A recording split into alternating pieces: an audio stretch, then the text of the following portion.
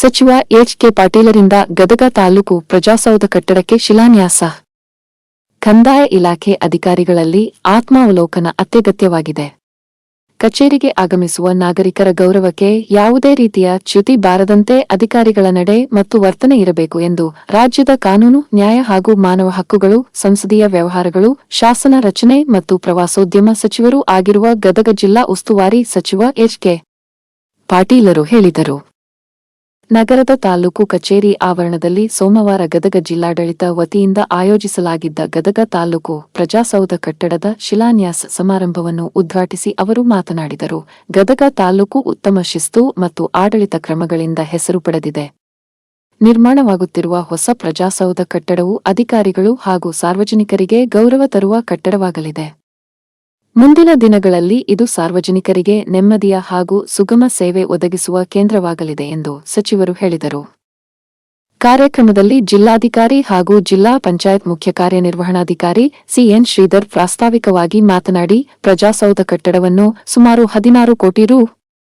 ವೆಚ್ಚದಲ್ಲಿ ನಿರ್ಮಿಸಲಾಗುತ್ತಿದ್ದು, ಗುತ್ತಿಗೆದಾರರು 11 ತಿಂಗಳೊಳಗೆ ಕಾಮಗಾರಿ ಪೂರ್ಣಗೊಳಿಸುವ ಭರವಸೆ ನೀಡಿದ್ದಾರೆ. ಇಲ್ಲಿ ಭೂಮಿಗೆ ಸಂಬಂಧಿಸಿದ ಎಲ್ಲಾ ಸೇವೆಗಳು ಒಂದೇ ಕಟ್ಟಡದಲ್ಲಿ ಲಭ್ಯವಾಗಲಿದ್ದು, ಸಾರ್ವಜನಿಕರಿಗೆ ಹೆಚ್ಚಿನ ಅನುಕೂಲವಾಗಲಿದೆ ಎಂದು ತಿಳಿಸಿದರು. ಈ ಸಂದರ್ಭದಲ್ಲಿ ಗದಗ ಬೆಟಗೇರಿ ನಗರಾಭಿವೃದ್ಧಿ ಪ್ರಾಧಿಕಾರದ ಅಧ್ಯಕ್ಷ ಅಕ್ಬರಸಾಬ ಬಬರ್ಚಿ, ಜಿಲ್ಲಾ ಮಟ್ಟದ ಗ್ಯಾರಂಟಿ ಯೋಜನೆಗಳ ಅನುಷ್ಠಾನ ಪ್ರಾಧಿಕಾರದ ಅಧ್ಯಕ್ಷ ಬಿಬಿ ಆಸೂಟಿ, ತಾಲೂಕು ಮಟ್ಟದ ಅಧ್ಯಕ್ಷ ಅಶೋಕ್ ಮಂದಾಲಿ, ಜಿಲ್ಲಾ ಪಂಚಾಯತ ಮಾಜಿ ಅಧ್ಯಕ್ಷರಾದ ಸಿದ್ದು ಪಾಟೀಲ ಹಾಗೂ ವಾಸಣ್ಣ ಕುರಡಗಿ, ಎಸ್.ಎನ್. ಬಳ್ಳಾರಿ, ಬಸವರಾಜ ಕಡೇಮನಿ, ಫಾರೂಕ್ ಹುಬ್ಬಳ್ಳಿ, ಅಪರ ಜಿಲ್ಲಾಧಿಕಾರಿ ಡಾ ದುರ್ಗೇಶ್ ಕೆ.ಆರ್, ಉಪವಿಭಾಗಾಧಿಕಾರಿ ಗಂಗಪ್ಪ ಎಂ, ತಹಶೀಲ್ದಾರ ಶ್ರೀನಿವಾಸ್ ಮೂರ್ತಿ ಕುಲಕರ್ಣಿ, ಡಿವೈಎಸ್ಪಿ ಮುರ್ತುಜಾ ಖಾದ್ರಿ, ರಾಜಾರಾಮ್ ಪವಾರ್, ಮಲ್ಲಯ್ಯ ಕೆ. ಸೇರಿದಂತೆ ಅನೇಕ ಗಣ್ಯರು ಉಪಸ್ಥಿತರಿದ್ದರು. ನಮ್ಮೆಲ್ಲರ ನೆಚ್ಚಿನ ನಾಯಕರು ಡಾಕ್ಟರ್ ಎಚ್.ಕೆ. ಪಾಟೀಲ್ ಅವರ ಅಮೃತದಿಂದ ಈಗಾಗಲೇ ಕಾರ್ಯಕ್ರಮದ ವೇದಿಕೆ ಕಾರ್ಯಕ್ರಮವನ್ನ ರಾಷ್ಟ್ರಕವಿ ಕುವೆಂಪು ರಚಿತ ನಾಡಗೀತೆ ಮೂಲಕ ನೆರವೇರಿಸ್ತಾ ಇದ್ದೀವಿ. ಬಂಧನ ಸ್ವಚ್ಛಂದ ಸುಂದರ ಆಗಮಿಸಿದ ಉದ್ಘಾಟಕರನ್ನ ಹಾಗೂ ತಮ್ಮೆಲ್ಲರೂ ಸ್ವಾಗತಿಸಲಿಕ್ಕೆ ನಮ್ಮ ಗದಗ ತಾಲೂಕಿನ ತಹಸೀಲ್ದಾರರು ಮಾನುಶ್ರೀ ಕಾರ್ಯಕ್ರಮಕ್ಕೆ ಸ್ವಾಗತವನ್ನು ಕೋರ್ತಾ ಇದ್ದೀನಿ.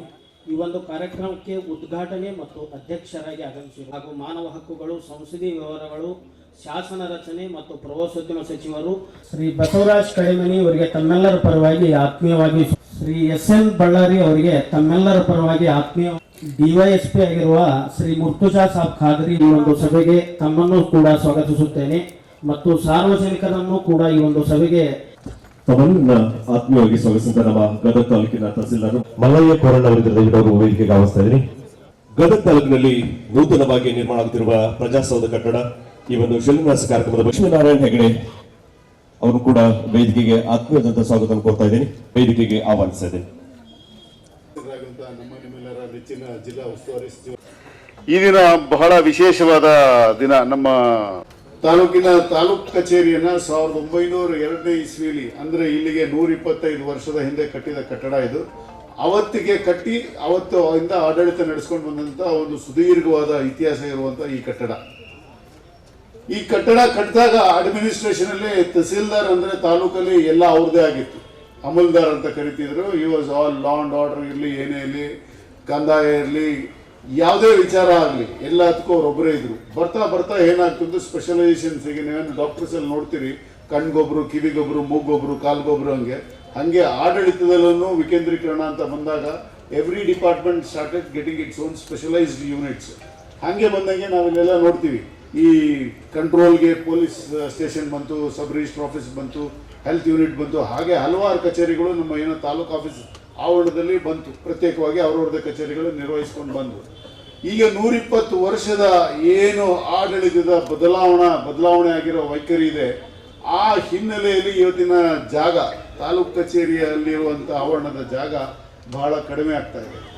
ಅಂದರೆ ಜನರ ಆಶೋತ್ತರಿಗೆ ಸ್ಪಂದಿಸುವಂತೆ ಆಗುವಷ್ಟು ಜಾಗ ತಾಲೂಕು ಕಚೇರಿಗಳಲ್ಲಿ ಇಲ್ಲದೇ ಇರೋದ್ರಿಂದ ತಾಲೂಕಲ್ಲಿ ಎಲ್ಲ ಹಳೆ ಕಚೇರಿಗಳನ್ನ ಹೊಸ ಕಚೇರಿಗಳು ನಿರ್ಮಾಣ ಮಾಡೋಕ್ಕೆ ಕ್ರಮ ಕೈಗೊಂಡು ನಮ್ಮ ಜಿಲ್ಲೆಯಲ್ಲೂ ಸಹ ಗಜೇಂದ್ರಗಢದಲ್ಲೂ ಅವಕಾಶ ಕೊಟ್ಟಿದ್ದಾರೆ. ನಮ್ಮ ಗದಗಲ್ಲೂ ಕಟ್ತಾ ಇದ್ದೀವಿ. ಗದಗಲ್ಲಿ ಈ ತಾಲೂಕು ಕಚೇರಿನ ಕಟ್ತಾ ಇದ್ದೀವಿ. ಇದು it is going to be plan ಹಾಕಿದ್ದೀವಿ. It is going to be 2.5 floor structure. ಅಂದರೆ 1 ಎಕರೆ 10 ಗುಂಟೆ ಪ್ರದೇಶ ಇದೆ. ಈ 1 ಗುಂಟೆ 10 ಗುಂಟೆ ಪ್ರದೇಶದಲ್ಲಿ ಮುಂಭಾಗದಲ್ಲಿ ಜಾಗನ ಉಳಿಸ್ಕೊಂಡು ಹಿಂಭಾಗದಲ್ಲಿ ಕಚೇರಿ, ಪೂರ್ಣ ಪ್ರಮಾಣದಲ್ಲಿ ತಾಲೂಕು ಕಚೇರಿ, ಸಬ್ ರಿಜಿಸ್ಟರು, ಸರ್ವೆ ಆಫೀಸು ಎಲ್ಲ ಒಂದೇ ಕಡೆ ಬರೋ ಹಾಗೆ ಕಚೇರಿ ಆವರಣವನ್ನು ನಿರ್ಮಿಸಲಾಗ್ತಿದೆ. ಇದರದ ಬಹಳ ವಿಶಿಷ್ಟತೆ ಏನಿರುತ್ತೆ ಅಂದರೆ, ಇವತ್ತಿಗೆ ನಾವೆಲ್ಲರೂ ಗಣಕ ಯಂತ್ರದ ಮುಖಾಂತರ ಆಡಳಿತನ ನಿರ್ವಹಿಸ್ತಾ ಇದ್ದೀವಿ. ಅಂದರೆ rule is been fed into the computer. Computer will only act as per the rule. Computer ಮುಖಾಂತರ ಹಾಗೆ ಹೀಗೆ ಅನ್ನೋ 2 ಉತ್ತರಗಳು ಬರದೆ ಒಂದೇ ಉತ್ತರವನ್ನು ಬರುವಂಥ ಅವಕಾಶನ ಕಲ್ಪಿಸಿರುವಂಥ ಆಡಳಿತ ಇದೆ.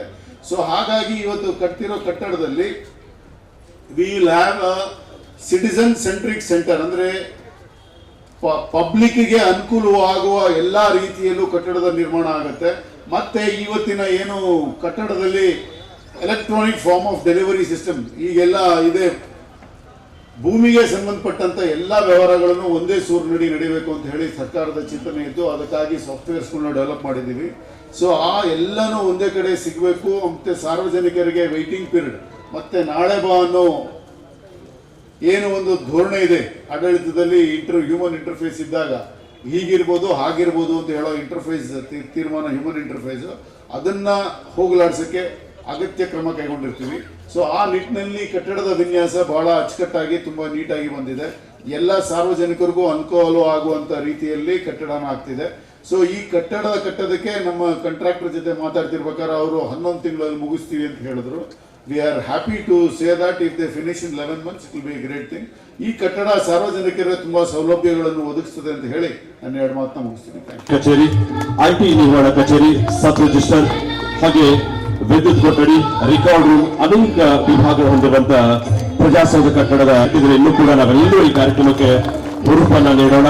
ಈಗಾಗಲೇ ಜಿಲ್ಲಾಧಿಕಾರಿ ಹೇಳಿದ್ರು, ಇದಕ್ಕೆ ಕಾರ್ಯಕರ್ತರು ಅಭಿವೃದ್ಧಿಯ ಹರಿಕಾರಂತ ಅಭಿನಂದನೆಗಳನ್ನ ಸಲ್ಲಿಸೋಣ.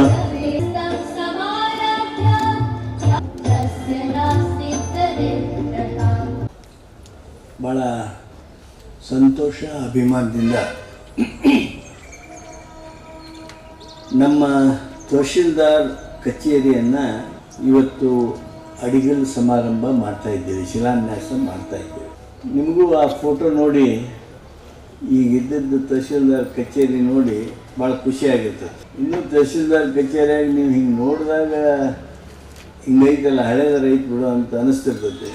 ಒಳಗೆ ರೆಕಾರ್ಡ್ ರೂಮ್ಗೆ ಹೋದಾಗ ಒಂದು ನಮೂನಿ ಭಯ ಹುಟ್ಟಿರ್ತೈತೆ ನಿಮಗೆ, ಹಂಗಾಯ್ತದ. ಆದಾಗ್ಯೂ ಈ ಕಟ್ಟಡದ ಮೂಲಕ ಐತಿಹಾಸಿಕವಾಗಿರ್ತಕ್ಕಂಥ ನಿರ್ಣಯಗಳು ತೆಗೆದುಕೊಂಡು ಗದಗ ತಾಲೂಕನ್ನು ಭಾಳಷ್ಟು ಶಿಸ್ತಿನಿಂದ ನಡೆಸುವಂಥ ಪ್ರಯತ್ನ ಈ ಕಚೇರಿಯಿಂದ ನಡೆದಿದೆ. ಇನ್ನೊಂದು ತಿಂಗಳದಾಗ ನಿಮ್ಗೆ ಈ ಕಚೇರಿಯ ಯಾವ ಲಕ್ಷಣಗಳು ಅಂಶಗಳು ಕಾಣಂಗಿಲ್ಲ. ಯಾಕಂದ್ರೆ ಅವರು ಹೊಸ ಬಿಲ್ಡಿಂಗ್ ಕಟ್ಟಕ್ಕೆ ಬಂದವರು ಇದನ್ನೆಲ್ಲ ಡಿಮಾಲಿಷ್ ಮಾಡಿ ಕಟ್ಟಕ್ಕೆ ಚಾಲು ಮಾಡ್ತಾರೆ. ಆದರೆ ಈ ಹೊಸ ಕಟ್ಟಡ ಆದಮೇಲೆ ಈ ಕಟ್ಟಡ ನಮ್ಮೆಲ್ಲರಿಗೆ ಗೌರವ, ಅಭಿಮಾನ, ಗರ್ವ ತರುವಂಥ ಕಟ್ಟಡ ಆಕೈತಿ. ಅಷ್ಟೇ ಮುಂದೆ ಈ ಕಚೇರಿ ಸಹಿತ ಅಭಿಮಾನ, ಸಮಾಧಾನ ತರುವಂಥ ಕಟ್ಟಡ ಆಗಲಿ ಅಂತೇಳಿ ಹಾರೈಸಿ ಅಡಿಗಲ್ ಸಮಾರಂಭವನ್ನು ಮಾಡಿದ್ದೇವೆ. ಈ ಸಂದರ್ಭದೊಳಗೆ ತಹಶೀಲ್ದಾರ್ ಕಚೇರಿ ಉದ್ಘಾಟನೆ ಮಾಡುವಾಗ ನಮ್ಮ ಜಿಲ್ಲಾಧಿಕಾರಿಗಳದಾರ, ಅಪರ ಜಿಲ್ಲಾಧಿಕಾರಿಗಳದಾರ, ಅಸಿಸ್ಟೆಂಟ್ ಕಮಿಷನರ್ ಅದಾರ, ತಹಶೀಲ್ದಾರ್ ಅದಾರ, ಗ್ರೇಡ್ 2 ತಹಶೀಲ್ದಾರ್ ಅದಾರ, ಎಲ್ಲ ಶಿರಸ್ತಾರ್ ಅದಾರ. ಇವರಿದ್ದಾಗ ಅದನ್ನ ನಾನು ಹೇಳೋದಕ್ಕೆ ಬಯಸ್ತೀನಿ. ಮೊನ್ನೆ ಮಾತ್ರ, ನಿನ್ನೆಂದು ಮೊನ್ನೆ ನಾವು ಮೊನ್ನೆ ಮೊನ್ನೆ 2 ದಿವಸದಿಂದ ಒಂದು ಸಾರ್ವಜನಿಕ ಭೇಟಿಯನ್ನು ಮಾಡಿದೆ. ನಾನು ಸುಮಾರು 600 ಜನರನ್ನು ಅವತ್ತು ನಾನು ಅವ್ರ ಜೊತೆಗೆ ಇಂಟ್ರ್ಯಾಕ್ಟ್ ಮಾಡಿದೆ, ಮಾತನಾಡಿದೆ, ಅವ್ರ ಅರ್ಜಿ ಇಸ್ಕೊಂಡೆ. ಅವರು ಇದನ್ಯಾಕೆ ಇದು ನಿಂದ ತಪ್ಪಲ್ಲ ಅಂತ ಹೇಳಿದೆ, ನಮ್ಮ ಅಧಿಕಾರಿಗಳು ಏನೂ ತಪ್ಪಿಲ್ಲ ಅಂತ ಹೇಳಿದೆ. ಅವ 10 ಡಾಕ್ಯುಮೆಂಟ್ ತೊಗೊಂಬಂದಿದ್ದ, ಒಂದ್ರ ಮೇಲೆ ಒಂದು ತೋರಿಸ್ತಿದ್ದ. ಅವತ್ತು AC ಅವರು ಇದ್ದಿದ್ದಿಲ್ಲ, ನಮ್ಮ ತಹಶೀಲ್ದಾರ್ ಇದ್ದರು. ಪ್ರತಿ ಹಂತದೊಳಗೂ ನಮ್ಮ ಮುಗ್ಧ ರೈತ ಆಗಲಿ, ಮುಗ್ಧ ಬಡವ ಆಗಲಿ, ಅವ ತಪ್ಪಿತಸ್ಥ ಆಗಿರಲಿಲ್ಲ. DC ಅವರು ಎಲ್ಲ ಸಂಪೂರ್ಣ ತಪ್ಪು ಇಲ್ಲ ನಂದಿರಬೇಕಿಲ್ಲ, DC ಅವ್ರದ್ದಿರಬೇಕಿಲ್ಲ, ಮತ್ತೊಬ್ಬರದ್ದಿರಬೇಕು, ಅಥವಾ ನಿಮ್ಮ ಕಾರ್ಕುಂಡ್ರದ್ದಿರಬೇಕು, ತಹಶೀಲ್ದಾರ್ದಿರಬೇಕು. ನಿಮ್ಮ ತಪ್ಪುಗಳಿದ್ದರೆ ಹೊರತು ಜನರು ತಪ್ಪಿರಲಿಲ್ಲ. ಅವರು ಅಲೆದಾಡಿ ಬೇಸತ್ತಿದ್ರು. ನನಗೆ ಹೇಳೋ ಬಂದ್ರೆ ಹೇಳ್ತಿದ್ರು, ನಾವು ಜನತಾ ದರ್ಶನದಾಗಿ ಬಂದು ಅರ್ಜಿ ಕೊಟ್ಟಿದ್ವಿ ಸರ್ ನಿಮಗೆ, ಆದರೆ ಕೆಲಸ ಆಗಿರಲಿಲ್ಲ, ನ್ಯಾಯಯುತ ಕೆಲಸ ಆಗಿರಲಿಲ್ಲ. ಅವರು ತಪ್ಪು ಮಾಡಿದ್ರೆ, ಅವರು ಬೇಕಾಯ್ದಿದ್ದೀರಿ ಅಂತ ಕೇಳಿದ್ರೆ ಮಾಡೋಕ್ಕಡ್ಡಿ ತಡ ಆಗೋದಕ್ಕೆ ಆಗದೇ ಇರ್ಬೋದು. ಆದರೆ ನ್ಯಾಯಯುತವಾಗಿ ಸರ್ಕಾರದ ಕಾರ್ಯಕ್ರಮಗಳು, ಯೋಜನೆಗಳು ಅವು ಸರಿಯಾಗಿ ಅನುಷ್ಠಾನ ಆಗಿದೆ. ಏನು ಉಳಿದಿದ್ದು ನೋಡಿರಿ, ಒಬ್ಬ ಮಂತ್ರಿ, ಒಬ್ಬ ಶಾಸಕ, ನಾನು ನಮ್ಮ ತಾಲೂಕಿಗೆ ಲಿಮಿಟೆಡ್ ಸಾರ್ವಜನಿಕರ ಅಹವಾಲು ಸ್ವೀಕಾರ ಮಾಡ್ತೇನೆ ಅಂದರೆ 200-300 ಅಹವಾಲುಗಳು ಬರ್ತಾವು ಅಂದರೆ ಎಲ್ಲೋ ಒಂದು ಕಡೆ ನಮ್ಮ ಆಡಳಿತ ವ್ಯವಸ್ಥೆಯೊಳಗೆ ಇನ್ನೂ ಲೋಪ ಇದೆ. ಟೆಕ್ನಾಲಜಿ ತಂದಿದ್ದೇವೆ, ಆನ್ಲೈನ್ ಎಲ್ಲ ನಡೀತಾ ಇದ್ದಾವೆ.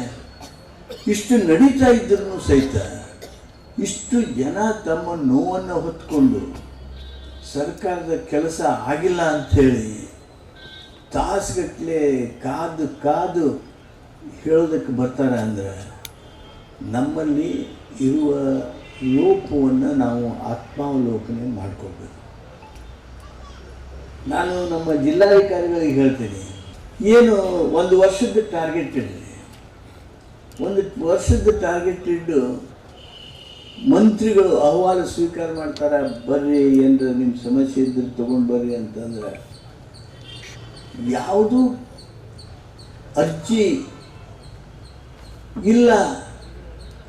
ಭೇಟಿಯಾಗೋರು ಹಂಗೆ ಭೇಟಿಯಾಗಿ ಬರಲಿ, ಆದರೆ ಸರ್ಕಾರದ ಕೆಲಸ ಬಾಕಿ ಇದೆ ಅಂತ ಆಗಬಾರ್ದು. ಅಂಥ ಆಡಳಿತವನ್ನು ಕೊಡಬೇಕು ಅನ್ನೋದು ನನ್ನ ಬಲವಾದ ಇಚ್ಛೆ.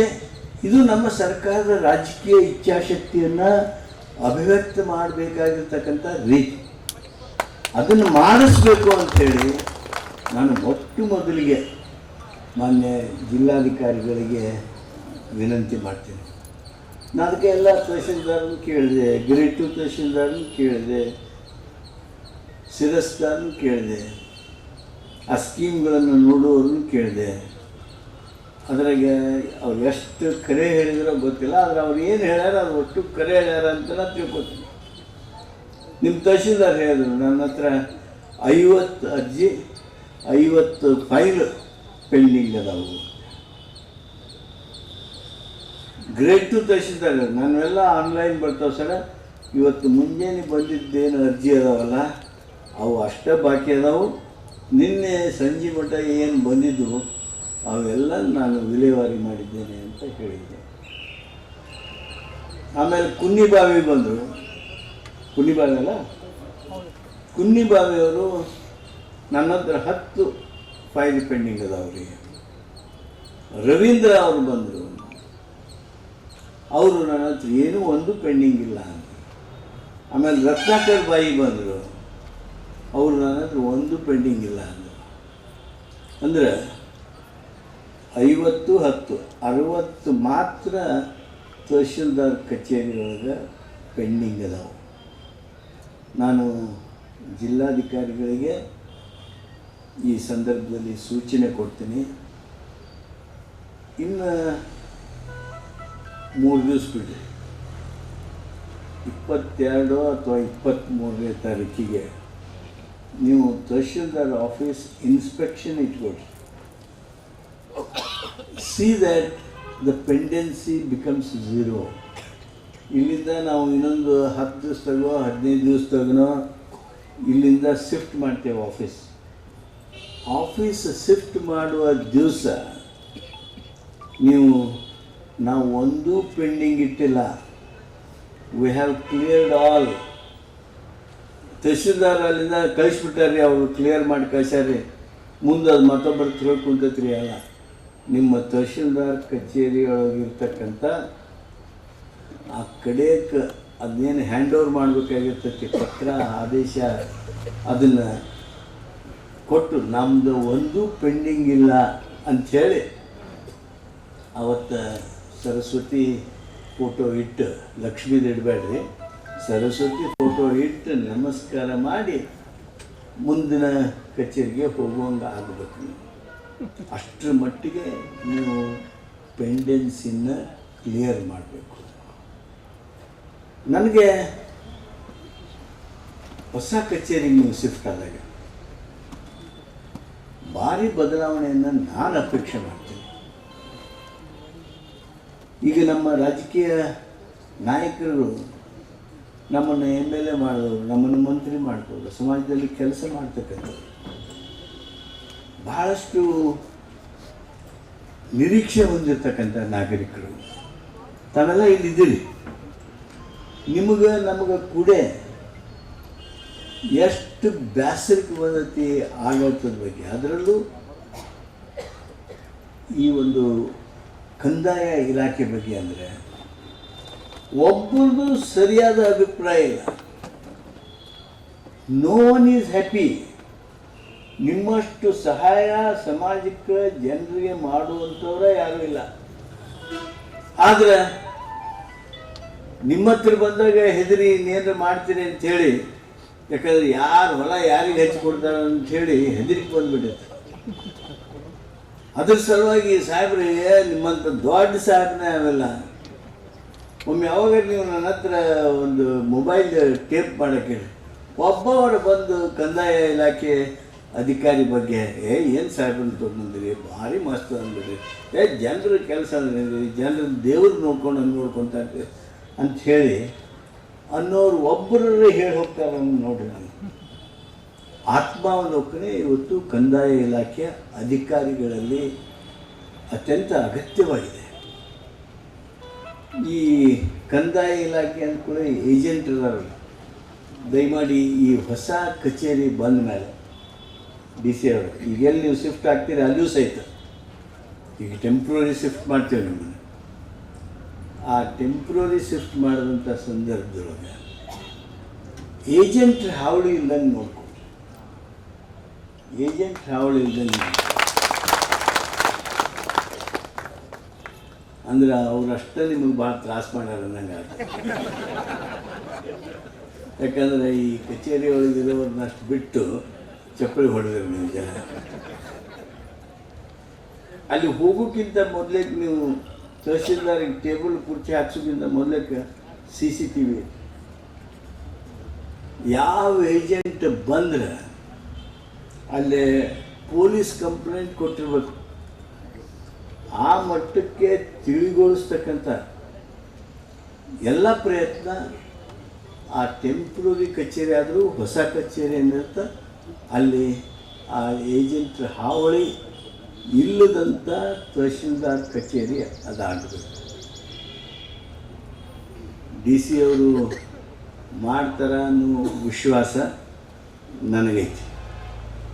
ಶ್ರೀನಿವಾಸ್, ನೀವು DC ಅವರು ಇದನ್ನು ಮೇಲುಸ್ತುವಾರಿ ಮಾಡಲಿ, CCTV ಹಾಕ್ಸಿದ್ರೋ ಇಲ್ಲೋ, ಏಜೆಂಟ್ ಬರೋದು ನಿಂತರೋ ಇಲ್ಲೋ ಅಂಥೇಳಿ. ಆದರೆ ಅವ್ರು ಬರೋದಂಗೆ ವಾತಾವರಣ ಸೃಷ್ಟಿ ಮಾಡಬೇಕು. ಏನು ನಾ ಮಾಡಿದ್ದಿಲ್ರಿ, ನಮ್ಮ ಗ್ರೇಡ್ 2 ತಹಶೀಲ್ದಾರ ಶಿರಸ್ದಾರ ಅವರು ಇವರು ಅವ್ರ ಹತ್ರ ಬಂದಿದ್ದರು, ಅದು ಅದು ಆಗದಂಗೆ ನೀವು ನೋಡಬೇಕು ಅಂಥೇಳಿ ನಾನು ಮೊದಲನೇ ನಿರ್ದೇಶನ ಕೊಡ್ತೀನಿ. ಈಗ ನಾ ಏನು ಹೇಳಕತ್ತೇನಲ್ರಿ, ಅದನ್ನು ಇಷ್ಟಕ್ಕೆ ನೀವು ನನಗೆ ಹಾರಿದ್ರೂ ಸಹಿತ ಇಲ್ಲೇ ನನ್ನ ಎದುರಿಗಿನ ಕೆಲವು ನಮ್ಮ ಸ್ನೇಹಿತರು, ನಮ್ಮ ಮ್ಯಾಲೆ ಪ್ರೀತಿದ್ದ ಪತ್ರಿಕಾ ಸ್ನೇಹಿತರು ಕುಂತಾರೆ, ಅವರು ಅದನ್ನ ಹುಡುಕ್ತಿರ್ತಾರೆ. ಅವರು ಯಾರು ಬಂದಾರೋ ಇಲ್ಲ, ಯಾರು ಬಂದಿದ್ರು ಬಂದಿಲ್ಲ ಅಂದ್ರೂ ಸ್ವಲ್ಪ ಮುಂದೆ ಹೋಗಿ ಅಲ್ಲೇ ಅಂತೇಳಿ ಅಂದು ಒಳಗೆ ಹೋಗುತ್ತಿರುವ ಏಜೆಂಟ್ ಅಂತೇಳಿ ಫೋಟೋ ಹಾಕಿ ಬರೋದು ಅಂದ್ರೆ ನಿಮ್ಮದು ನಮ್ಮದು ಕೂಡಿನ ಗೌರವ ಕಡಿಮೆ ಆಕೈತಿ. ಅದಕ್ಕೆ ಅವ್ರಿಗೂ ನಾನು ಆಮಂತ್ರಣ ಮಾಡ್ತೀನಿ. ಆಡಳಿತ ಸುಧಾರಣೆ ಮಂತ್ರಿಯಿಂದ ಮಾತ್ರ ಸಾಧ್ಯ ಇಲ್ಲ. ಆಡಳಿತ ಸುಧಾರಣೆ ಜಿಲ್ಲಾಧಿಕಾರಿಗಳಿಂದ ಸಾಧ್ಯ ಇಲ್ಲ. ಈ ವ್ಯವಸ್ಥೆ ಸುಧಾರಣೆ ಆಗಬೇಕು ಅಂದರೆ ಏನು ಜವಾಬ್ದಾರಿ ಇರೋರಿದ್ದೀರಿ, ಜವಾಬ್ದಾರಿ ಇರೋರು ನಮಗೆ ಸಹಕಾರ ಮಾಡಬೇಕು. ಜನರಿಗೆ ಸೌಜನ್ಯದ ವರ್ತನೆ ಹುಟ್ಟಿ ಕಡೆ ಸಿಗೋದಿಲ್ಲ ಅಂತಲ್ಲ, ಆದರೆ ನಿಮ್ಮಲ್ಲಿ ಅದು ಸಿಗೋದಿಲ್ಲ. ಕಾನೂನು ಕಂದಾಯ ಇಲಾಖೆಯವರು ಸೌಜನ್ಯದ ವರ್ತನೆ ಇಲ್ಲ. ಆ ಹಳ್ಳಿಯವನಿಗೆ, ಆ ಮುದುಕಿಗೆ ಬಂದು ನಿಮ್ಮ ಹತ್ರ ನಿಂತ ಅಂದರೆ ಕುಂಡ್ರಿ ಅಂತ ಅನ್ನಂಗಿಲ್ಲ. ನೀವು 10-20 ಸಲ ಹೇಳಿ. ಅದಕ್ಕೆ ಜಿಲ್ಲಾಧಿಕಾರಿಗಳ ಕಚೇರಿಗೆ ಬಂದ ಕೂಡ ಕುಂಡ್ರ ಕುರ್ಚಿ ಹಾಕ್ಸೋಣ. ನೀವು ಹಂಗೆ ಮಾಡ್ತೀರಿ, ಅದು ಕಾರಣದ ಬಿಡ್ರಿ ಸರ ಅಂತ ನೀವು ಮನಸ್ಸಿನಾಗ ಅನ್ಬೋದು. ಆದರೆ ಆ ಕಾರಣಗಳನ್ನು ಬದಿಗೊತ್ತಿ ಸ್ವಾಭಿಮಾನದಿಂದ ನಮ್ಮ ನಾಗರಿಕರು ಗೌರವವನ್ನು ಸ್ವೀಕಾರ ಮಾಡಬೇಕು. ಆ ಸೌಜನ್ಯದ ವರ್ತನೆಯನ್ನು ನಮ್ಮ ಕಂದಾಯ ಇಲಾಖೆಯವರು ಕೊಡಬೇಕು. ಅದಕ್ಕೆ ನಾನು ನಮ್ಮ ಜಿಲ್ಲಾಧಿಕಾರಿಗಳಿಗೆ ವಿನಂತಿ ಮಾಡ್ತೀನಿ. ತಹಸೀಲ್ದಾರ್ ಆಫೀಸ್ನಾಗ ಒಂದು CCTV ಹಾಕ್ಸಿದೆ. ಯಾವುದೇ ರೈತರ ಜೊತೆಗೆ ಅವನು ನಿಲ್ಲಿಸಿ ತಹಸೀಲ್ದಾರ್ ಮಾತಾಡಕತ್ತಿದ್ದ ಅಂದರೆ 24 ತಾಸಿನಾಗ ಅವನಿಗೆ ನೋಟಿಸ್ ಹೋಗ್ಬೇಕು. ಇದನ್ನು ಮಾಡೋದಾಗ ಏನೂ ತೊಂದರೆ ಇಲ್ಲರಿ. ಅದನ್ನು ಇಲ್ಲಿ ಹಾಕ್ತಾರ, ಅದು ಅಲ್ಲಿ ಬರಬೇಕು, ಏನಿಲ್ಲ. ಅದನ್ನು ನೀವು ಕಮಾಂಡ್ ಸೆಂಟ್ರಿಗೆ ಹಾಕಿದ್ರಿ ಅಂದರೆ ಆ ಪೊಲೀಸರಿಗೆ ಇನ್ಸ್ಟ್ರಕ್ಷನ್ಸ್ ಕೊಟ್ಬಿಡ್ರಿ. ಆ ಖಾದ್ರಿ ಅವ್ರಿಗೆ ಹೇಳಿ, DSP ಕಮಾಂಡ್ ಸೆಂಟ್ರಿನೊಳಗೆ ತಹಶೀಲ್ದಾರ್ ಯಾರನ್ನೂ ಕುಂಡ್ರಿಸಲ್ದ ಇಂತಿಂಥವ್ರು ಕೂಡ ಮಾತಾಡಿದ್ ನೋಡ್ರಿ. ಅವ್ರು ನಿಂತಿದ್ರು ಪಾಪ, ಇವ್ರ ಕಾಲ ಮೇಲೆ ಕಾಲು ಹಾಕ್ಕೊಂಡು ಕುಂತು ಅವ್ನು ಕೂಡ ಮಾತಾಡ್ತಿದ್ರು ಅನ್ನೋ ಫೋಟೋ ಬಂತಂದ್ರೆ that photograph should go to DC and DC should take action. ಅಂದ್ರೆ ಸೌಜನ್ಯದ ಬಗ್ಗೆ ಒಂದು ಅಂತಿಮವಾಗಿರ್ತಕ್ಕಂಥ ರಿಸಾಲ್ವ್, ನಿರ್ಣಯ, ಆ ಬದ್ಧತೆ ನಾವು ಗದಗ ಜಿಲ್ಲೆಯೊಳಗೆ ಮಾಡಿದ್ವಿ. ನಮಗೆ ಎಲ್ಲದಕ್ಕಿಂತ ಹೆಚ್ಚು ಬೇಕಾಗಿದ್ದು ನಂದೊಂದು ಕೆಲಸ ಅವರು ಅನುಕೂಲ ಮಾಡಲಿ ಅನಾನುಕೂಲ ಮಾಡಲಿ, ಕಾನೂನು ಪ್ರಕಾರ ಏನು ಮಾಡ್ತಾರೋ ಮಾಡ್ಕೊಳ್ಬೇಕು. ಆದರೆ ನನ್ನ ಗೌರವಕ್ಕೆ ಚ್ಯುತಿ ಬಂದಿರಬಾರ್ದು. ಆ ಗೌರವವನ್ನು ನೀವು ಕಾಪಾಡ್ಕೊಳ್ಳೋದಕ್ಕೆ ಅದು ನಿಮ್ಮ ಹಕ್ಕು ಅಂತೇಳಿ ನೀವು ಪಡ್ಕೋಬೇಕು. ಎಲ್ರಿಗೂ ಗೌರವ ಪಡೆದುಕೊಳ್ತಕ್ಕಂಥ ಹಕ್ಕಿದೆ. ಆ ಗೌರವ ಕೊಡಬೇಕಾಗಿರ್ತಕ್ಕಂಥ ಕರ್ತವ್ಯ ಸರ್ಕಾರಿ ಅಧಿಕಾರಿ. ಇನ್ನೊಂದು ಮಾತು ನಾನು ಈ ಸಂದರ್ಭದಲ್ಲಿ ಕಂದಾಯ ಇಲಾಖೆಯವ್ರಿಗೆ ಹೇಳ್ತೀನಿ. ಈಗ ನಾವು ಕ್ಯಾಬಿನೆಟ್ ಲೆವೆಲ್ನೊಳಗೆ, ರಾಜ್ಯ ಮಟ್ಟದೊಳಗೆ ಕಂದಾಯ ಇಲಾಖೆಯೊಳಗೆ ಕ್ರಾಂತಿ ಮಾಡಿದ್ದೇವೆ. ಕ್ರಾಂತಿ ಮಾಡಿದ್ವಿ ನಾವು. ಈಗ ನೋಡ್ರಿ, ಪಂಚ ಗ್ಯಾರಂಟಿ ಇದಾವಲ್ಲ, ಪಂಚ ಗ್ಯಾರಂಟಿಯೊಳಗೆ ನಿಮ್ಗೆ ಹಣ ಹೆಂಗೆ ಮುಟ್ತೈತಿ?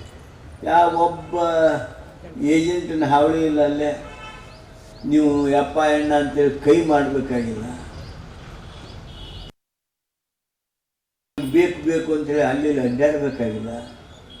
ನಿಮ್ಮ ಮನೆಗೆ, ನಿಮ್ಮ ಅಕೌಂಟ್ಗೆ ಹೆಂಗೆ ಬರ್ತೈತಿ ಹಂಗೆ ಈ ಕ್ರಾಪ್ ಇನ್ಶೂರೆನ್ಸ್ ಕಂದಾಯ ಇಲಾಖೆ ಮೂಲಕ ಕೃಷಿ ಇಲಾಖೆಯವರು ಅವರು ಕೂಡಿ ಇವತ್ತೇನು ನಿಮಗೆ ಹಣ ಮುಟ್ಟಿಸ್ತಾರೆ, ಇನ್ಶೂರೆನ್ಸ್ ಹಣ ಇರ್ಬೋದು ಅಥವಾ ನಮ್ಮ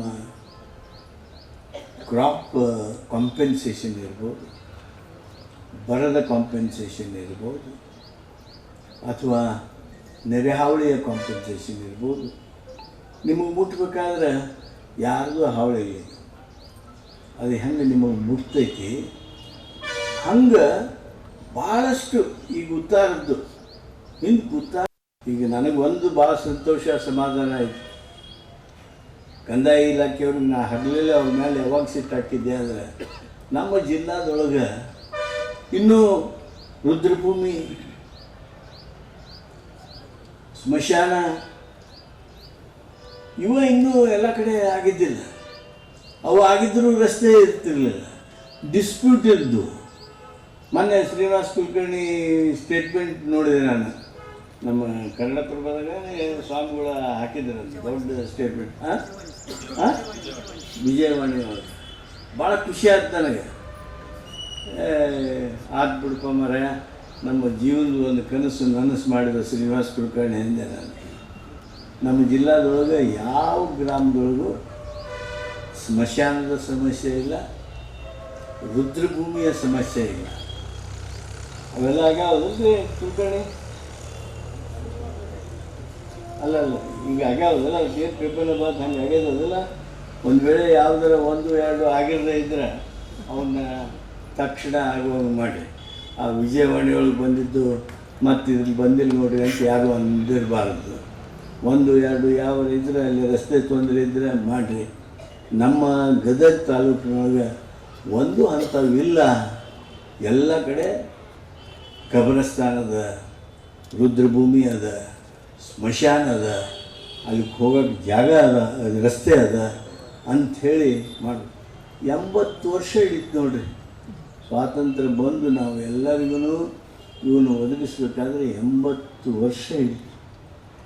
ನಾ ಯಾಕೆ ಹೇಳ್ತೀನಿ ಅಂದರೆ, ಇವೆಲ್ಲ 1-2 ವರ್ಷದಾಗ ಲಟ್ಟಿಗೆ ಹೊಡೆದಂಗೆ ಮಾಡ್ಬೋದಾಗಿರ್ತಕ್ಕಂಥದ್ದು. ಆದರೆ ನಮ್ಮ ದೇಶದಲ್ಲಿ ಈ ಬ್ರಿಟಿಷರು ಏನು ಬಿಟ್ಟು ಹೋದ್ರೂ ಗೊತ್ತಿಲ್ಲ, ದೊಡ್ಡ ದೊಡ್ಡ ಕೆಲಸ ಬಿಟ್ಟು ಹೋಗ್ಯಾರ. ಅವರು ಅತ್ಯುತ್ತಮವಾಗಿರ್ತಕ್ಕಂಥ ಬ್ರಿಡ್ಜ್ ಕಟ್ಸ್ಯಾರ, ಕಟ್ಟಡ ಕಟ್ಸ್ಯಾರ, ಆಡಳಿತ ಶಿಸ್ತನ್ನು ಮೂಡಿಸ್ಯಾರ. ಈಗ ನಮ್ಮ ಮುಂಬೈ ಕರ್ನಾಟಕದಾಗ ಇರುವಂಥ ಏನು ಕಾಗದಗಳಿದಾವಲ್ಲ, ಕಾಗದ ವ್ಯವಸ್ಥೆ ಮತ್ತೊಂದು ಎಲ್ಲಿಯೂ ಇಲ್ಲ. ನಾವು we are the best in land administration. Hyderabad ಕರ್ನಾಟಕಕ್ಕೆ ಹೋದರೆ ಅಲ್ಲೊಂದು ನಮೂನಿ ತ್ರಾಸು, ಹಳೆ ಮೈಸೂರಿಗೆ ಹೋದರೆ ಅಲ್ಲೊಂದು ನಮೂನಿ ತ್ರಾಸು. ನಮ್ಮಲ್ಲಿ ಮಾತ್ರ ಅದೆಲ್ಲವೂ ಸಹಿತ ಶಿಸ್ತಿನಿಂದ ಇದೆ. ಆದರೆ ಅವರು ಒಂದು ನಮ್ಮ ಅಧಿಕಾರಿಗಳ ಮನಸ್ಸಿನೊಳಗೆ, ನೀವು ಸಾಹೇಬ್ಗಳಪ್ಪ, ನೀವು ಸಾಹೇಬ್ಗಳು, ನಿಮ್ಮ ಹತ್ರ ಯಾರು ಬರ್ತಾರ ಅವರು ಗುಲಾಮರು ಅನ್ನೋ ಮನಸ್ಥಿತಿಯನ್ನು ಅಧಿಕಾರಿಗಳ ಮನಸ್ಸಿನಲ್ಲಿದೆ. ಆ ಗುಲಾಮಗಿರಿಯಿಂದ ನಮಗೂ ಹೊರಗೆ ಬರೋಕ್ಕಾಗಲ್ಲ. ಸಾಹೇಬ, mister tahsildar, what happen to my work? ಏನ್ರಿ ತಹಶೀಲ್ದಾರ್, ನನ್ನ ಕೆಲಸ ಏನಾಯ್ತು ಅಂತ ಕೇಳು ಮನಸ್ಸು ನಮ್ಮದಾಗಿಲ್ಲ. ಇನ್ನೂ ನಾವು ಔದಾರ್ಯದೊಳಗಿದ್ದೇವೆ. ಅತ್ಯಂತ ವಿನಯದಿಂದ ನಾವು ನಡ್ಕೊಳ್ತೇವೆ. ನಡ್ಕೊಳ್ಳೋಣ. ಅವ್ರಿಗೆ ಗೌರವ ಎಷ್ಟು ಕೊಡ್ಬೇಕು ಅದಕ್ಕಿಂತ ಇನ್ನೂ ಒಂದು 10 ಅಣೆ ಹೆಚ್ಚಿನ ಕೊಡೋದು. ಆದರೆ ಗುಲಾಮಗಿರಿ ಮನಸ್ಥಿತಿಯೊಳಗೆ ನಾಗರಿಕರು ಇರ್ಕೊಡೋದು. ಅದಕ್ಕೇ ನಿಮ್ಗೆ ರೈಟ್ ಟು ಇನ್ಫಾರ್ಮೇಷನ್ ಆ್ಯಕ್ಟ್ ತೊಗೊಂಡು ಬಂದೀವಿ. ನಿಮಗೇನು ಕಡಿಮೆನು? ನೀವು ಏನು ಮಾಡ್ಯಾರ ಅವರು ಅಂಥೇಳಿ ನಿಮ್ಮ ಹಕ್ಕಾಗಿ ಯಾರಿದ್ರು ಏನು ಆದೇಶ ಮಾಡಿರಿ ಅಂದ್ಕೊಡ್ರಿ ಅಂಥೇಳಿ ನೀವು ಕೇಳಿ ಪಡ್ಕೋಬೋದು. ಅದು ನಿಮ್ಮ ಹಕ್ಕು, ರೈಟ್ ಟು ಇನ್ಫಾರ್ಮೇಷನ್. ತಹಶೀಲ್ದಾರು ನನ್ನ ಪ್ರಕರಣದೊಳಗೆ ಏನು ನಿರ್ಣಯ ತೊಗೊಂಡಾನ, ಆ ಮಂತ್ರಿಗಳ ಪ್ರಕರಣ ಐತಲ್ಲ, ಅದರದ್ದು ನನಗೆ ಆದೇಶ ಮಾಡಿದ್ದು ಕಾಪಿ ಕೊಡ್ರಿ ಅಂತ ಕೇಳಿದ್ರೆ ಹಿಂದಕ್ಕೆ ಏನಾದರೂ ಸಿಗ್ತಿದ್ದೆ ನಿಮಗೆ. ಆದರೆ ಇವತ್ತು ಹಂಗಲ್ಲ. ನಿಮಗೆ ಹಕ್ಕಾಗಿ ರೈಟ್ ಟು ಇನ್ಫಾರ್ಮೇಷನ್ ಮೂಲಕ, ಮಾಹಿತಿ ಹಕ್ಕಿನ ಮೂಲಕ ಆ ಕಾಗದ, ಆ ವಿಷಯ, ವಿವರ ಎಲ್ಲ ಸಿಗ್ತೈತಿ. ಅದನ್ನ ಯಾಕೆ ಕೊಟ್ಟೇವೆ ನಿಮ್ಗೆ? ನೀವು ಗುಲಾಮಗಿರಿಯಿಂದ ಹೊರಗೆ ಬರಬೇಕು. ಆವಾಗ ಆಡಳಿತ ಸಂಪೂರ್ಣ ಸರಿಯಾಗಿ ನಡೀತದೆ. ಹಾಗೆ ನಮ್ಮ ಅಧಿಕಾರಿಗಳು ತಿದ್ಕೋಬೇಕಾಗಿದೆ. ನಾವು ಸಹಿತ ಯಾವುದೇ ಕಾರಣಕ್ಕೆ ಬಡತನ ಇರ್ಬೋದು, ನಮಗೆ ಅಜ್ಞಾನ ಇರಬಹುದು, ಆದರೆ ವೈಯಕ್ತಿಕ ಸ್ವಾಭಿಮಾನಕ್ಕೆ ಯಾವುದೇ ಸಂದರ್ಭದೊಳಗೆ ಚ್ಯುತಿ ತಂದುಕೊಳ್ಬೇಡಿ ಅನ್ನೋ ಮಾತನ್ನು ಹೇಳಿ, ಒಂದು ನಾನು ಈ ಸಂದರ್ಭದೊಳಗೆ ತಹಶೀಲ್ದಾರ್ರಿಗೆ ಈಗಲೂ ಹೇಳ್ತೀನಿ, ನಮ್ಮ AC ಅವರು ಆಮೇಲೆ DC ಅವರು ಇದೇನು ಕೆಲಸ ಮಾಡೋ ಟೈಮ್ ಇರ್ತಲ್ಲ, ಅಂದರೆ ಒಂದು ವಾರದಾಗ ಮಾಡಬೇಕು, ಸಕಾಲ ಗಿಕಾಲ ಎಲ್ಲ ಅದಾವು, ಅವನ್ನೆಲ್ಲ ಗಾಳಿ ತೂರ್ಬಿಟ್ರಿ ನೀವು. ಸ್ಥಳೀಯ ಮಟ್ಟದ ಅಧಿಕಾರಿಗಳು ನೀವು ಅರ್ಜಿ ತಂದು ಕೊಡ್ತೀರಿ, ಸಕಾಲದ ಪ್ರಕಾರ 7 ದಿವಸದಾಗ ಅದು ಸಂಪೂರ್ಣವಾಗಿ ನಿರ್ಣಯ ಆಗಬೇಕು.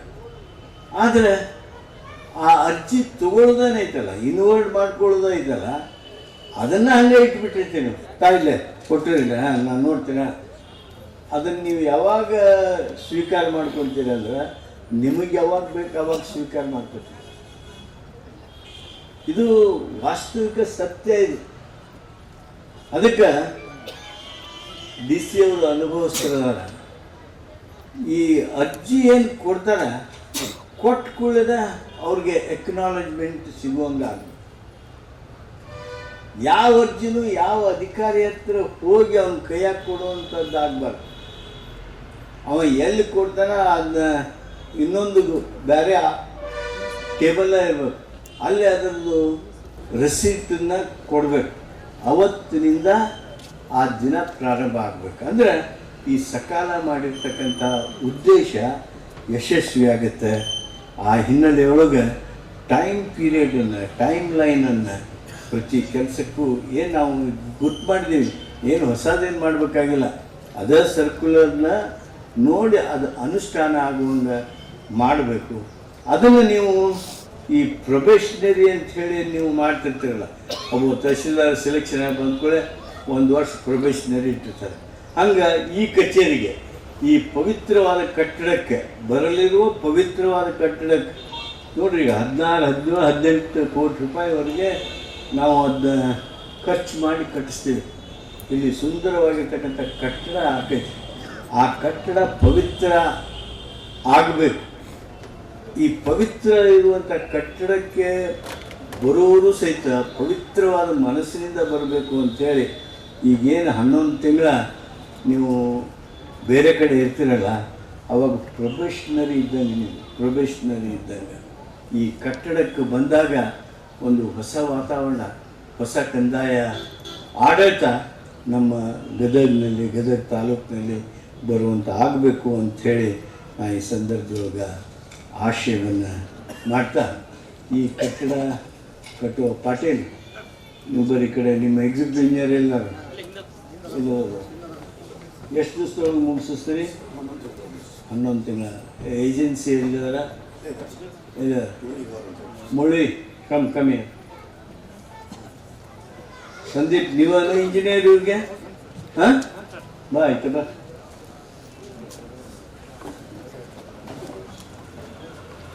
ನೋಡ್ರಿ, ಇವರು ಹೌಸಿಂಗ್ ಇಲಾಖೆಯವರು, ಇವರು ಇದ್ರದ್ದು ಮುಖ್ಯ ಕಟ್ಟಡ ಮಾಡುವವರು. ಇವರು ಅವ್ರಿಗೆ ಏಜೆನ್ಸಿ ಗುತ್ತಿಗೆದಾರರನ್ನು, ಮುರಳಿ ಅವ್ರನ್ನ ನೇಮಿಸಿದ್ದಾರೆ. ನಿಮ್ಮದು ಬೆಂಗಳೂರವರು. ಎಷ್ಟು ದಿವಸ ಬೇಕು ಮುಗಿಸಕ್ಕೆ? ನಿಮಗೆ 11 ತಿಂಗಳ ಮುಗಿಸ್ತಾರೆ. ಇವತ್ತು ಜನವರಿ 19, ಅಂದರೆ ಡಿಸೆಂಬರ್ 19ಕ್ಕೆ ಮುಗಿಸ್ತೀರ? ಹಾಂ, ಆಯಿತು. ಈ ಬಿಲ್ಡಿಂಗನ್ನು ನಾವು ಶಿಫ್ಟ್ ಮಾಡಿ ನಿಮಗೆ ಕೊಟ್ಟ ದಿವಸದಿಂದ ಹಿಡಿಯೋದು. ನೀವು ಹೌಸಿಂಗ್ ಡಿಪಾರ್ಟ್ಮೆಂಟ್ನವರು ಯಾವಾಗ ಕೊಟ್ವಿ ನಾವು ಜಾಗ ಇದನ್ನು ಕ್ಲಿಯರ್ ಮಾಡಿ ಅಂಥೇಳಿ ನಮಗೆ ಕೇಸ್, ಅವತ್ತಿನಿಂದ ಆದಷ್ಟು ನಾನು ಈ ಜನವರಿ ಮುಗಿಯೋದ್ರೊಳಗಾಗಿ ನಿಮಗೆ ಕಟ್ಟಡ ಕೊಡಿಸೋದಕ್ಕೆ ಪ್ರಯತ್ನ ಮಾಡ್ತೀನಿ. 4 ದಿವಸ ಹೆಚ್ಚು ಕಡಿಮೆ. ಮುಂದಿನ ಜನವರಿ 26ನೇ ತಾರೀಕು, ಅಂದ್ರೆ ಈಗೇನೊಂದು 50 ದಿವಸ ಹೆಚ್ಚು ಕಡಿಮೆ ಆಗುತ್ತೆ, ಅದನ್ನು ಲೆಕ್ಕಕ್ಕೆ ಹಿಡ್ಕೊಂಡೇನೆ. ಮುಂದಿನ ಜನವರಿ 26ಕ್ಕೆ ಇದು ಉದ್ಘಾಟನೆಗಾಗಿ ಸಿದ್ಧ ಮಾಡಿ. ನಾನು ಕಾಂಟ್ರಾಕ್ಟ್ರಿಗೆ ವಿಶ್ವಾಸ ಕೊಡ್ತೀನಿ. ಕಂದಾಯ ಇಲಾಖೆ ಕಟ್ಟಡ ಇದು, ನೀವು ಯಾರಿಗೂ ಲಂಚ ಕೊಡಬೇಕಾಗಿಲ್ಲ. ನೀವೇನರ ನಮ್ಮ ಗದಗಿನವ್ರಿಗೆ ಉಪಕಾರ ಮಾಡಬೇಕು ಅಂದರೆ ಟೈಮ್ ಸೀರ್ ಕ್ವಾಲಿಟಿ ಗುಣಮಟ್ಟದ ಕಟ್ಟಡ ಕಟ್ಕೊಟ್ರೆ ಸಾಕು. ಅದೇನು ಅದು ಚಿತ್ರದಾಗ ಹಾಕಿರಲ್ಲ ಅದಕ್ಕಿಂತ ಚೆಂದ ಆಗೈತ್ರಿ ಅಂತ ಅಂದಿರ್ಬೇಕು ಮಾಡಿ, ಹಂಗೆ ಕಟ್ಸ್ಕೊಡ್ಬೇಕು. ಈ ಕೆಲಸ ಮಾಡಬೇಕು. ನಿಮಗೆ ಯಾರು ತಕರಾರು ಮಾಡಿದರು, ನಮಗೆ ಬಿಲ್ ಕೊಡುವಲ್ರಿ, ನಮಗೆ ಇದನ್ನು ಮಾಡುವಲ್ರಿ ಅಂತ ಏನೋ ಕಂಪ್ಲೇಂಟ್ ಇದ್ದರೂ ಸಹಿತ ನೀವು ನನಗೆ ರಾತ್ರಿ 12 ಗಂಟೆಗೆ ಬಂದು ಯಾರ ಮೇಲೆ ಬೇಕಾದವ್ರ ಮೇಲೆ ಅವ್ರ ಹತ್ರ ನಿಮ್ಮ ಬಿಲ್ ಹಿಡಿದು ನಿಂತಿತ್ತು ಅಂದರೆ ಆ ಬಿಲ್ ಕೊಡಿಸೋ ಕೆಲಸ ಮಾಡ್ತೀವಿ. ಲಂಚ ಕೊಡೋಕ್ಕೆ ಹೋಗಬೇಡ್ರಿ. ಆ ಲಂಚದ ಹಣ ಇದು ಗುಣಮಟ್ಟಕ್ಕೆ ಹಾಕಿರಿ. ನಿಮಗೆ ನೆನೆಸ್ತೀವಿ, ನಿಮಗೆ ಸರಿಯಾಗಿ ಪೇಮೆಂಟ್ ಬರೋದು ಮಾಡಿಸೋ ಜವಾಬ್ದಾರಿ ನಾ ತಗೋತೀನಿ. ಯಾವ ಕಾರಣಕ್ಕೂ ನಿಮ್ಮ ಹೌಸಿಂಗ್ ಬೋರ್ಡ್ನವರಾಗಲಿ ಅಥವಾ ಯಾವುದೇ ಅಧಿಕಾರಿ ಆಗಲಿ ನಿಮ್ಮ ಕೆಲಸದೊಳಗೆ ಅಡ್ಡಿ ಹಾಕಿದಲ್ಲಿ ಪ್ರಯತ್ನ ಮಾಡಿ. ಅದಕ್ಕೆ ನೀವು ಜನವರಿ 26ಕ್ಕೆ ಗುಣಮಟ್ಟದ ಕಟ್ಟಡವನ್ನು ಕಟ್ಟಿ ನಮಗೆ ಕೊಡಬೇಕು. ಮಾಡ್ತೀರಾ? ಹಾಂ ಹೇಳಿ. ಜನವರಿ 26ಕ್ಕೆ ಕಟ್ಟಿ ಕೊಡ್ತೇನೆ. ಇಷ್ಟು ಮಾತು ಹೇಳಿ ನಾವೆಲ್ಲರೂ ಜನವರಿ 26 ಮುಂದಿನ ವರ್ಷ, ನೀವು ಮತ್ತೆ ಇನ್ನೊಂದು 8 ದಿವಸ ಬಿಟ್ಟು ಬಂದು ನೋಡೋಕೆ ಬಂದಿದ್ದೀವಿ. 2027 ಜನವರಿಗೆ ಅದನ್ನು ಕಟ್ಟಿ ಪೂರ್ಣ ಮಾಡಿಕೊಡ್ತಾರೆ. ಎಲ್ಲರಿಗೂ ಒಳ್ಳೆಯದಾಗಲಿ. ನಮಸ್ಕಾರ.